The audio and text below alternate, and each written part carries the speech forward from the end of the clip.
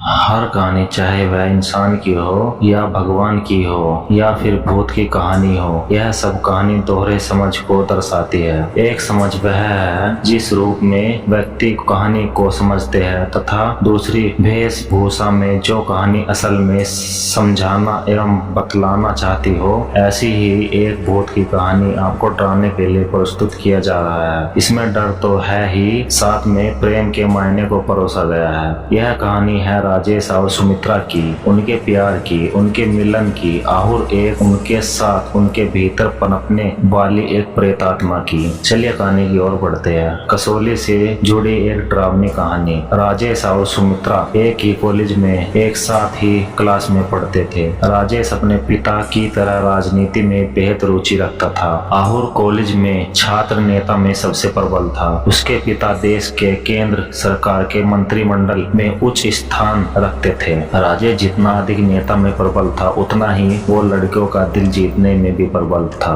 उसकी छवि पूरे कॉलेज में बेहद उत्तीर्ण पद पर थी। वे पढ़ाई के साथ साथ खेल में भी अव्वल थे। जब भी किसी भी शख्स को कॉलेज में कोई भी मुसीबत से सामना करना पड़ता, उसका हल मात्र राजेश के पास होता था। राजेश का दिल नेतागिरी के अलावा किसी अन्य पर भी केंद्रित रहा। उस केंद्र का नाम सुमित्रा था। सुमित्रा भला की खूबसूरत। वे अंग्रेजी डिक्शनरी में ब्यूटीफुल शब्द का सबसे प्रमुख व्याख्यान करती थी। शर्मीले स्वभाव की सी सूरत ओढ़े सुमित्रा प्रेम की एक अलग प्रस्तुति पेश करती थी जो बेहद प्यारी थी। सुमित्रा मन ही मन राजेश को चाहती थी, लेकिन वह कह नहीं पाती थी क्योंकि उसे डर यह था कि कहीं राजेश मना न कर दे, क्योंकि राजेश बेहद अमीर घर से ताल्लुकात रखता था तो वही सुमित्रा एक सामान्य परिवार की बेटी थी। एक दिन सुमित्रा कॉलेज से घर की ओर जा रही थी। रास्ते में उसे राजेश मिला। दोनों की नजरें एक दूसरे को देखने लगी जैसे कई जन्मों की बात कर रहे हो। फिर कुछ मिनटों के बाद दोनों ने एक दूसरे से नजर हटाई और नीचे की ओर झुकाई। राजेश बाइक पर अलग दिशा में निकल रहा था तो सुमित्रा अलग दिशा में। दोनों एक दूसरे से काफी दूर हो गए थे। तभी सुमित्रा को कुछ लोग छेड़ने लगे जो कॉलेज के ही थे। सुमित्रा काफी घबरा गई और वहां से तेज रफ्तार में दौड़ने लगी। राजेश को अचानक सुमित्रा के पास कोई काम याद आ गया। वह मुड़ा और अपनी बाइक की तेजी से सुमित्रा की तरफ, लेकिन अचंभित रह गया जब देखा कि सुमित्रा वहां मौजूद नहीं। राजेश को वही लड़के दिखे। राजेश को उन्हें देखकर यह आभास हो गया कि सुमित्रा के साथ कुछ हरकत कर रहे होंगे जरूर। वह वहीं रुका रहा और उन लड़कों से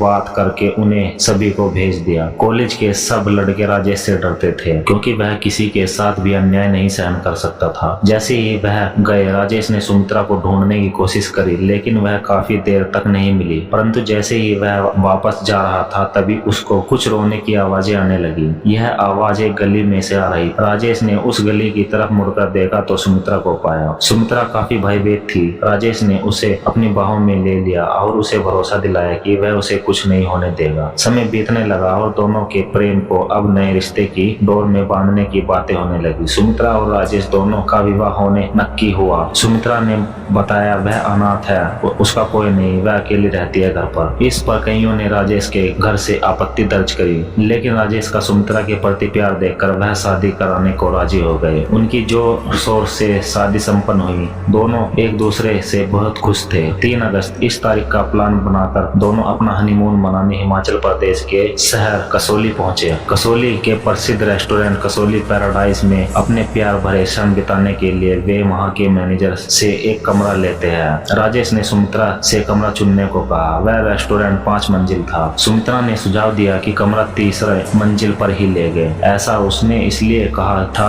क्योंकि रेस्टोरेंट के तीसरी मंजिल से पहाड़ों का बेहद मनोहर दृश्य नजर आता था। इसी कारण तीसरी मंजिल के कमरे महंगे भी होते थे और जल्दी फुल भी हो जाते थे। मैनेजर ने उन्हें 304 नंबर की चाबी दी और वेटर को बुलाया ताकि वह सामान लेकर जा सके, लेकिन सुमित्रा उस मैनेजर से जिद करते हुए कहने लगी कि उसे 308 नंबर की चाबी चाहिए। मैनेजर ने उन्हें मना किया और कहा कि वह कमरा अभी रेनोवेशन होना है, लेकिन सुमित्रा बार बार वही कमरा खुलवाने के लिए बोलती रही। राजेश भी सुमित्रा के प्यार में उसकी जिद को पूरी करने के लिए मैनेजर से गुहार लगाई खुलवाने को। शुरू में तो मैनेजर नहीं माना, अंत में उसे भी मानना पड़ा क्योंकि राजेश ने ज्यादा धन लाभ देने का वायदा किया था। दोनों कमरे में एक दूसरे को निहार रहे थे, साथ ही साथ पहाड़ों को भी जो कसौली की खूबसूरती को बखूबी दर्शा रहे थे। जैसे ही दोनों एक दूसरे के प्यार में डूब रहे थे और सारी हदें पार करने की ओर बढ़ रहे थे, तभी एक अजीब सी आवाज ने दस्तक दी। राजेश ने कमरे के